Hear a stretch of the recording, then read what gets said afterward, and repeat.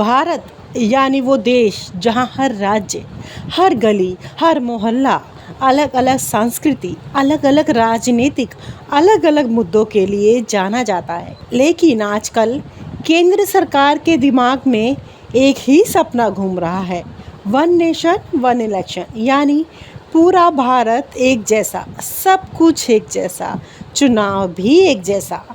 अब ये मत पूछिए कि कैसे, क्योंकि अब सपना सरकार देखती है तो तरीका जनता को खुद ही ढूंढना पड़ता है। कहा जाता है कि इससे देश में खर्चा बचेगा, विकास होगा, स्थिरता आएगी, सरकार मजबूती से चलेगी और ऊपर से सबसे बड़ा फायदा, देश बार बार चुनावी मोड़ में नहीं रहेगा। सुनने में तो बहुत अच्छा लगता है, लेकिन ज़रा गहराई में जाइए तो समझ आ जाता है कि असल में ये सपना नहीं बल्कि लोकतंत्र की रीढ़ तोड़ने की रणनीति है।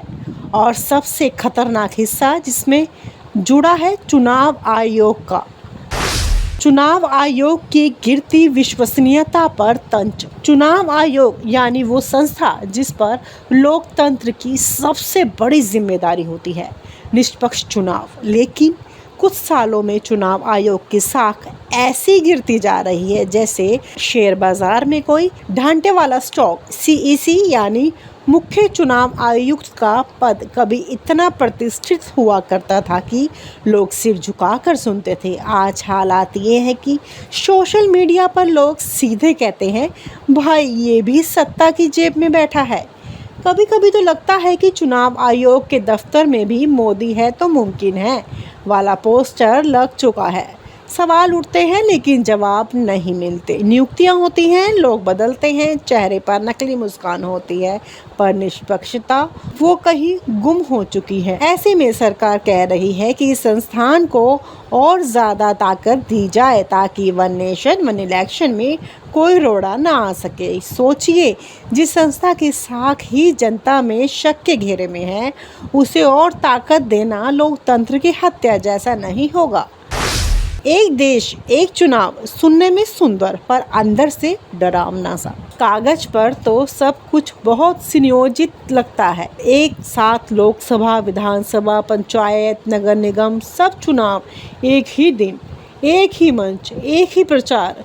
खर्च बचेगा, समय बचेगा, जनता को राहत मिलेगी। लेकिन हकीकत ये है कि राहत लोकतंत्र की ऐसी कब्र खोद सकती है जहां से फिर आवाज़ उठाना भी मुश्किल हो जाएगा। जरा सोचिए, देश में अगर किसी राज्य की सरकार गिर जाए, जैसे मध्य प्रदेश में कमलनाथ सरकार गिरी थी या कर्नाटक में जेडीएस कांग्रेस सरकार गिरी थी, तब क्या होगा? उस राज्य में चुनाव नहीं होंगे या पूरे देश में दोबारा चुनाव होगा या फिर राष्ट्रपति शासन लगा रहेगा जब तक अगला वन नेशन वन इलेक्शन नहीं आता, यानी राज्य की जनता का हक सीधा सीधा छीन लिया जाएगा। और ऊपर से सीईसी को जो नई ताकतें मिलेंगी वो और ज़्यादा खतरनाक हैं। जिस संस्था पर पहले ही सरकार की छाया है, अगर उसे और शक्तिशाली बना दिया जाए तो वो सत्ता की कठपुतली बनने से कौन रोक सकेगा? अंतर्राष्ट्रीय उदाहरण जो चौंकाते हैं। सरकार और समर्थक कहते हैं कि अमेरिका, साउथ अफ्रीका, स्वीडन में भी ऐसा होता है, लेकिन सवाल ये है कि क्या भारत अमेरिका है? वहाँ राष्ट्रपति प्रणाली है, सत्ता केंद्रीकृत है। भारत एक संघीय ढांचा है, 28 राज्य हैं, अलग अलग दल हैं, अलग अलग मुद्दे हैं। आप अमेरिका की मिसाल देकर भारत की विविधता को कैसे नज़रअंदाज कर सकते हैं? यूरोप में भी कुछ देश एक साथ चुनाव कराते हैं, लेकिन वहाँ की राजनीति और प्रशासनिक ढांचा भारत से बिल्कुल अलग है। भारत में क्षेत्रीय पार्टियाँ, जातीय समीकरण, धार्मिक विविधता, इन सबको अगर नज़रअंदाज करके एक ही दिन सब पर वोटिंग थोप दी जाए तो नतीजा क्या होगा?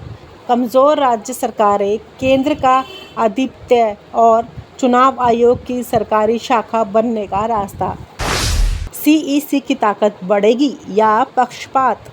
अगर वन नेशन वन इलेक्शन लागू होता है तो सबसे ज़्यादा ताकत मुख्य चुनाव आयोग यानी सीईसी के पास आ जाएगी। पर कौन सीईसी बनेगा? ऐसे में अगर सीईसी को सुपर पावर दे दी जाए, पूरे देश में एक साथ चुनाव कराने का अधिकार, राज्यों की स्थिति तय करने का अधिकार, आचार संहिता लागू करने का अधिकार। तो क्या लोकतंत्र बचेगा या फिर हर राज्य केंद्र के इशारे पर नाचेगा? और सबसे बड़ा डर ये है कि सीईसी अगर सरकार के पक्ष में झुका हुआ निकला तो पूरे देश का चुनाव एक तरफा हो जाएगा।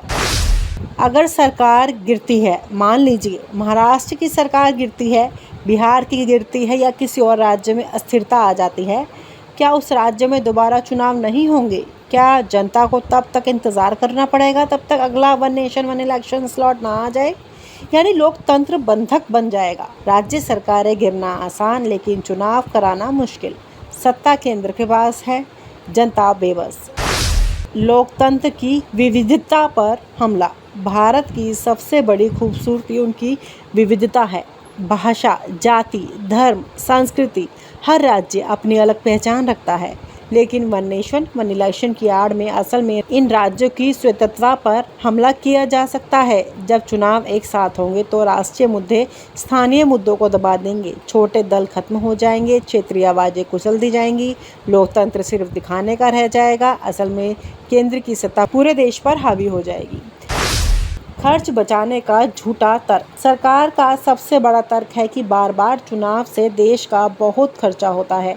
लेकिन क्या लोकतंत्र में खर्च बचाना ज़्यादा ज़रूरी है या निष्पक्ष चुनाव? क्या आपने कभी सुना है कि चुनाव इसलिए नहीं कराए क्योंकि पैसे नहीं हैं? अगर ऐसा होता तो लोकतंत्र सबसे सस्ता तंत्र होता। हकीकत ये है कि चुनाव में सबसे ज़्यादा खर्च सरकार नहीं, पार्टियां करती हैं और इन पार्टियों के पास जो पैसा आता है उसकी असल कहानी सब जानते हैं। सत्ता पर पूरी पकड़। साफ कहिए, वन नेशन वन इलेक्शन का असली मकसद सत्ता पर पूरी पकड़ बनाना है।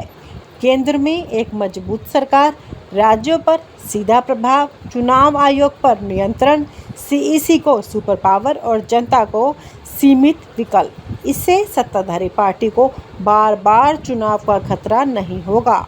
5 साल आराम से चलेगा, विपक्ष कमज़ोर होगा और सत्ता पर पकड़ मजबूत होती जाएगी।